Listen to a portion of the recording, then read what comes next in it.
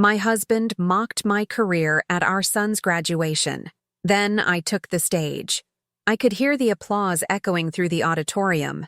People were cheering, clapping, celebrating the achievements of our children. It was my son's graduation, a day that was supposed to be filled with pride, love, and unity. But instead, I stood there frozen, with a lump in my throat and tears welling in my eyes. Because just moments earlier, my husband, the man I had supported for over 2 decades, had turned to me in front of our entire family and whispered with a smirk, "You'll never be more than just a mom. Let's face it. Your little dreams were always a joke." The words hit me like a punch to the chest. I looked at him, stunned, waiting for him to laugh it off, say it was a bad joke. But he just smiled and turned away, already sipping champagne, basking in the glow of our son's success like it was all his doing. And that's when the host called my name. They wanted the parents to come up and say a few words, to honor the graduates. And just like that, the microphone was in my hand. I could have walked away. I could have kept quiet. But instead, I told the truth. Not just my truth, our truth. What happened next? Well, let's just say, my husband learned the hard way that mocking a woman's worth, especially in front of the people she loves, can have consequences he never saw coming. My name is Rebecca Miller. I'm 49 years old. I've been a mother, a wife, a teacher, a writer, a woman constantly told to wait my turn. But that day, I stopped waiting. And now, I'm going to tell you exactly how it all happened. If you were standing in my shoes, holding that microphone, what would you have said? Comment below before you keep watching. And don't forget to subscribe for more true stories like this, because what comes next will leave you breathless. I wasn't always the kind of woman who second-guessed herself. In my 20s, I was full of ambition. I had a degree in literature, dreams of publishing a novel, and plans to build a career as a writer. But life doesn't always follow the outline we imagine. Not when you're married to someone like Paul. Paul and I met in college. He was charming, ambitious, loud in the way people tend to mistake for confidence. I, on the other hand, was more reserved, thoughtful. I believed in building something slowly, carefully. He swept me off my feet with grand gestures, promises of a big life. When I got pregnant with our son, Michael, we agreed I'd take some time off to focus on being a full-time mom. Just a couple of years, he said, until Michael starts school. A couple of years became 5, then 10, and somewhere along the way, Paul stopped seeing me. Not literally, of course. He saw me at dinner, in the car, at PTA meetings, but I became invisible to him in every way that mattered. Every time I brought up my writing, he'd wave it off. "It's a hobby, Rebecca. You don't need to stress about that stuff." When I mentioned going back to work, maybe teaching part-time or working remotely, he'd say, "Why would you put yourself through that when we're fine financially?" At first, I thought he was being supportive, generous even. But eventually, I realized he wasn't trying to lift me up. He was trying to keep me in place. It wasn't just what he said. It was what he didn't say. He never asked what I was writing, never read a single piece. When I published a short story online under a pseudonym and it got some traction, he didn't even pretend to be proud. He just asked, "Are you making any money with that?" His tone wasn't curious. It was dismissive, like he needed proof that my success was real before he'd acknowledge it at all. Still, I brushed it off. I told myself he was stressed, that we were just in a rut, that things would change when Michael graduated and we became empty nesters. But the truth is, the more successful our son became, the more Paul acted like he had done it alone, as if Michael's achievements were the product of his parenting, and I had just been some glorified babysitter. That's when I started paying closer attention. I began noticing how often he interrupted me at family dinners, how he retold stories where he was the hero, and I was either absent or irrelevant, how he talked over me when I spoke to Michael about college options, acting as if my input was just noise in the background. The worst part? I stopped correcting him. It was easier to nod, to smile politely, to go quiet. Until one afternoon, about 2 months before graduation, I overheard something that changed everything. I had walked into the garage looking for a box of old photo albums. Paul was on the phone. He didn't hear me come in. His voice was loud, animated. He was talking to his brother. "Rebecca, please, She gave up on her career years ago. She writes in that little notebook like she's still 20. But let's be honest, she's just a mom. That's all she'll ever be. I didn't make a sound. I just stood there, hidden behind a shelf of holiday decorations, staring at a man I thought I knew, and realizing I was married to someone who didn't respect me, not even a little. And for the first time in years, something inside me stirred. Not sadness, anger, a quiet, steady flame that started to grow. After overhearing that phone call, something in me shifted permanently. I stopped making excuses for Paul, and for the first time in years, I allowed myself to watch him, really watch him, without the filter of hope, without the need to believe he was still the man I fell in love with. And what I saw broke my heart in a different way. It wasn't just about his words. It was his attitude, the way he acted like our life, my life, was built on his back. As if every decision I had made, every dream I had postponed, didn't deserve acknowledgement.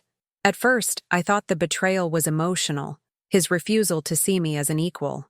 But then came the real blow. It was a Sunday evening, and Paul had left his tablet open on the kitchen counter.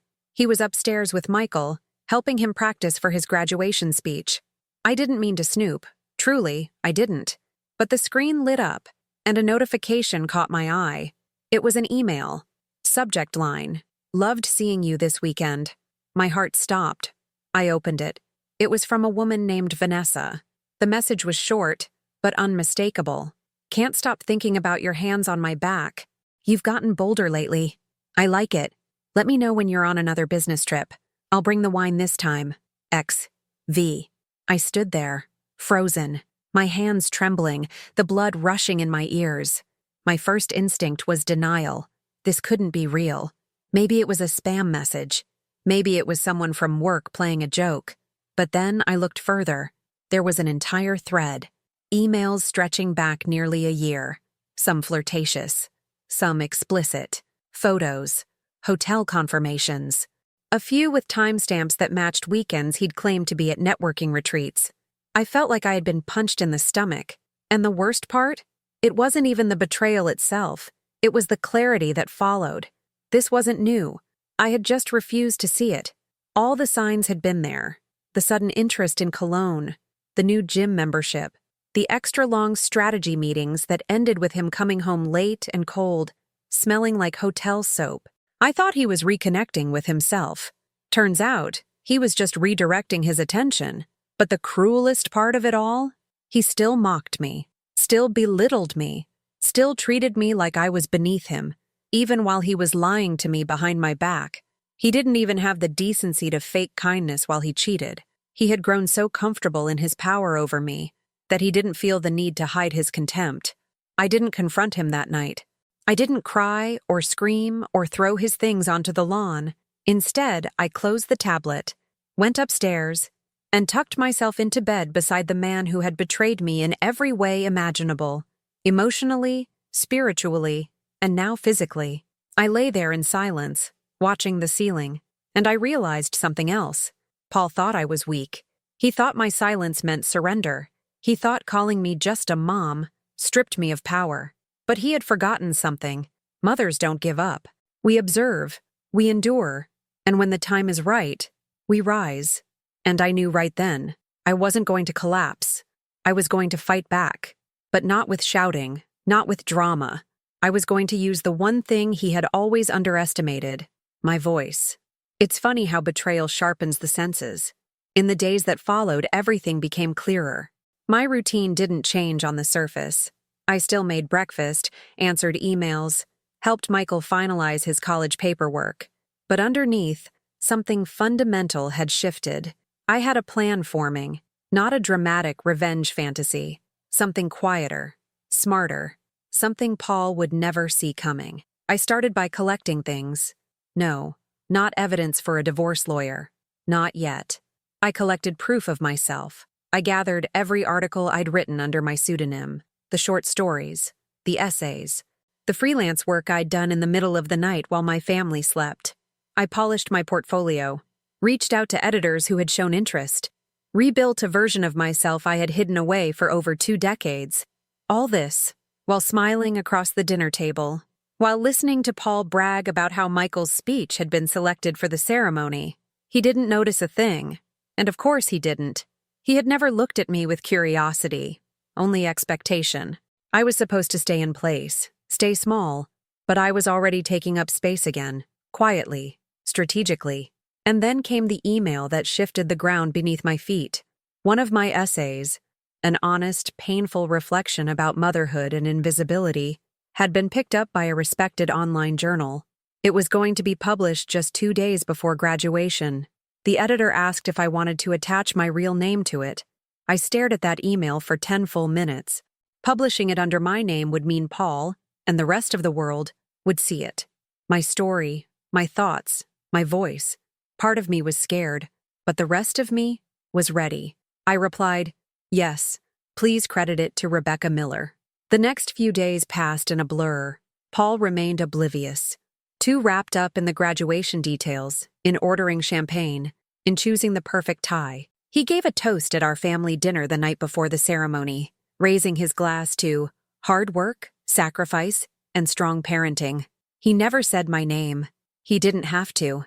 The smugness in his voice told me everything. He believed this success belonged to him. And that was exactly what I needed. Because the next day, everything would change. I had spoken to the principal in private. Not about Paul, of course. I simply asked if I might be allowed a few words during the ceremony, after Michael's speech. A brief acknowledgement, as a parent and former educator, about what this moment meant to me. She agreed, kindly, graciously. "You've clearly raised a remarkable young man," she said. And when I stepped off the stage that next day, Paul would no longer be the only one holding the spotlight. He'd be standing in the glow of my truth. And what I planned to say would echo in that auditorium far longer than his smirk. Do you think she should go through with her speech? Or just walk away and start a new life silently? Comment below. What would you do in her place? Graduation morning arrived with the kind of sunshine that feels too bright for what you're carrying inside. The house was buzzing with excitement. My sisters had flown in from out of state. Michael was pacing nervously in his room rehearsing his speech, and Paul, of course, was playing the role of the proud father like he was up for an award. He wore his navy suit, the one he saves for important occasions.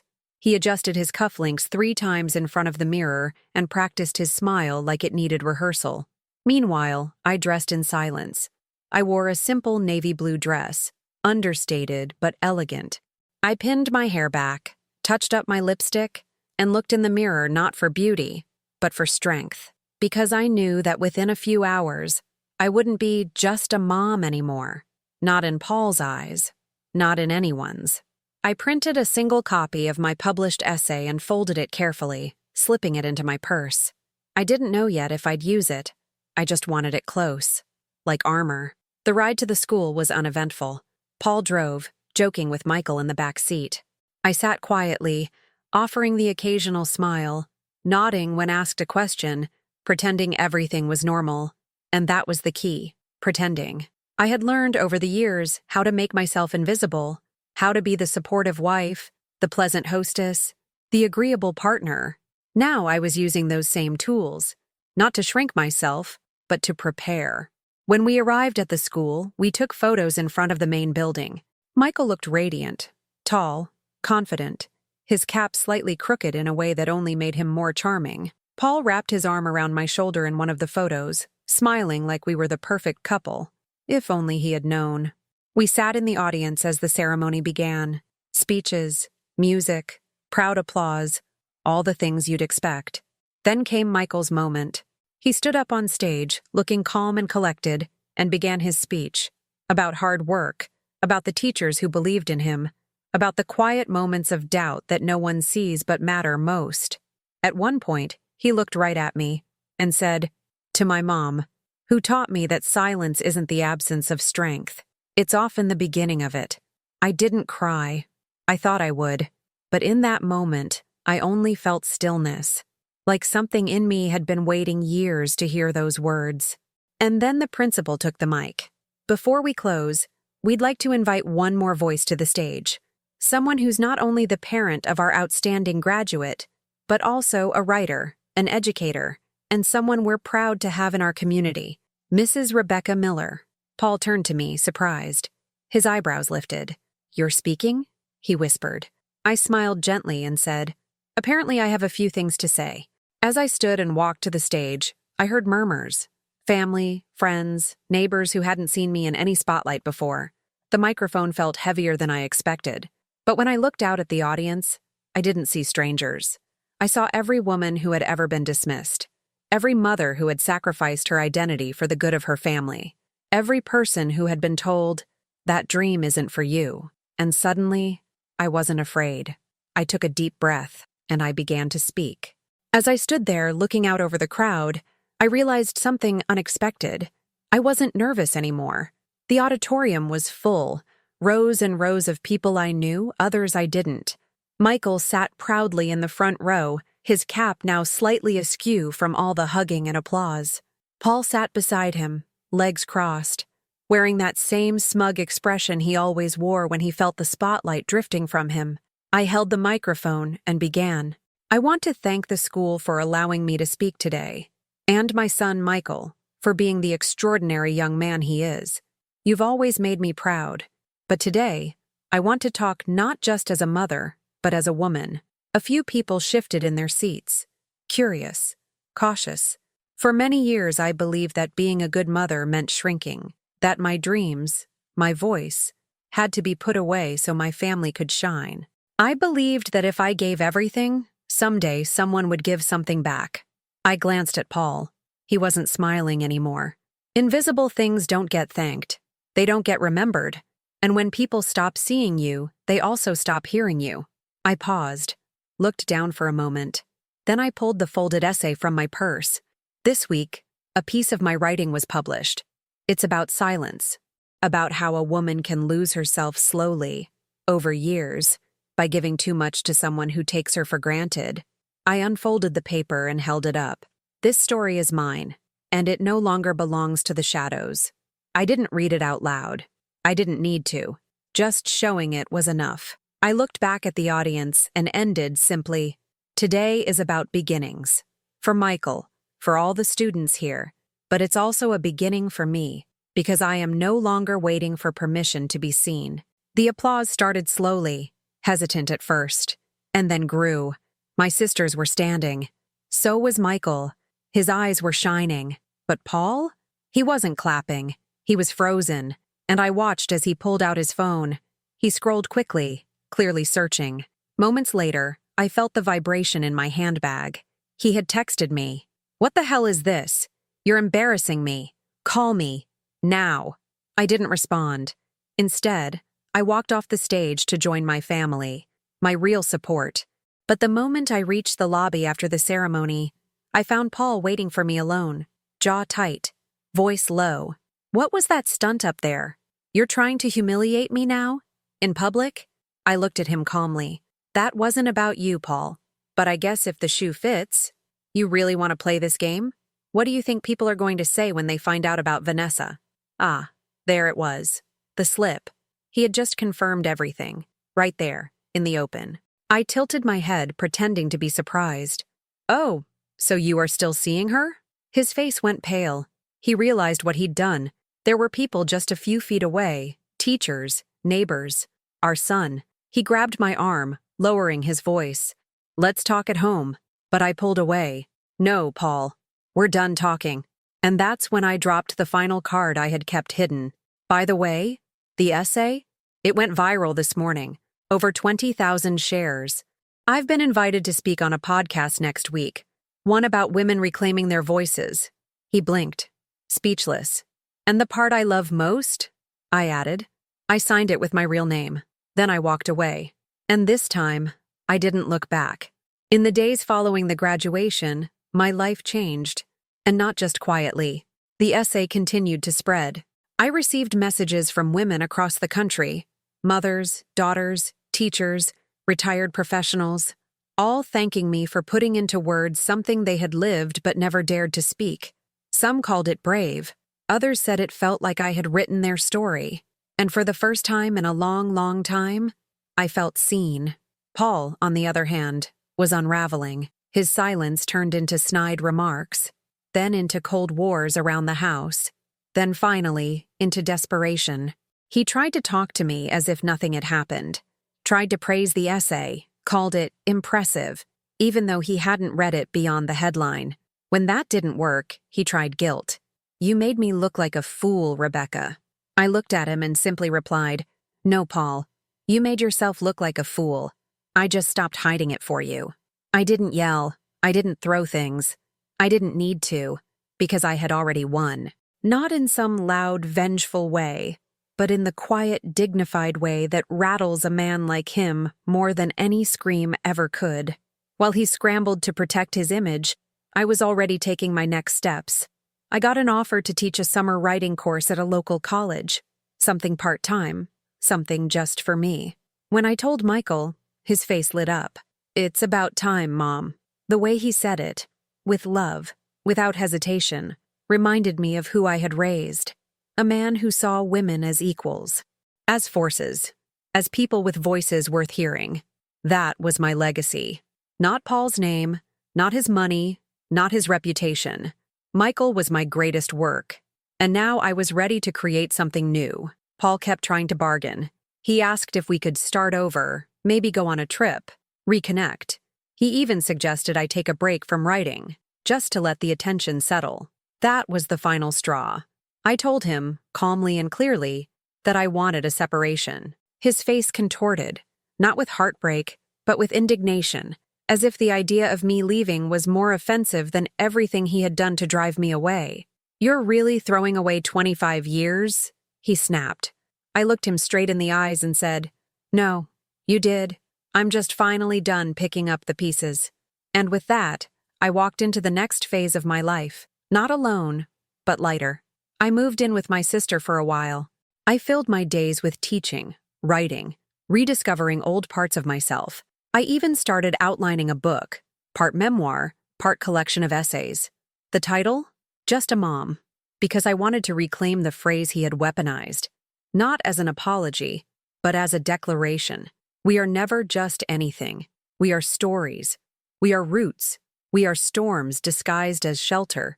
And as for Paul, the truth came for him in time. People whispered. They always do. His family found out. Vanessa didn't last. Of course she didn't. Eventually, he tried to rewrite the story, made himself the victim, said I had embarrassed him publicly. But the beauty of emotional revenge is this. It doesn't scream. It echoes. And it echoed loud enough for everyone who mattered to hear. Several months have passed since that day at the graduation. If someone had told me a year ago that I'd be living alone, teaching again, being published under my real name, and even considering writing a book, I wouldn't have believed them. Not because I didn't think I was capable, but because I had forgotten how to dream for myself. That's what happens when you spend years being told, directly or through silence, that your value is tied to someone else's needs. You stop asking, "What do I want?" But now, I ask that question every single day, and the answer is always different. Some days it's simple, a quiet morning, a walk in the sun, a poem I scribble down before my coffee. Other days it's bigger, lectures, interviews, the outline of a second book forming in my mind. But the most important thing is this. The answer is mine, not Paul's, not society's. Mine. One evening, not long ago, I bumped into him at a bookstore of all places. He looked older, or maybe just heavier with regret. We exchanged polite words. He asked how I was.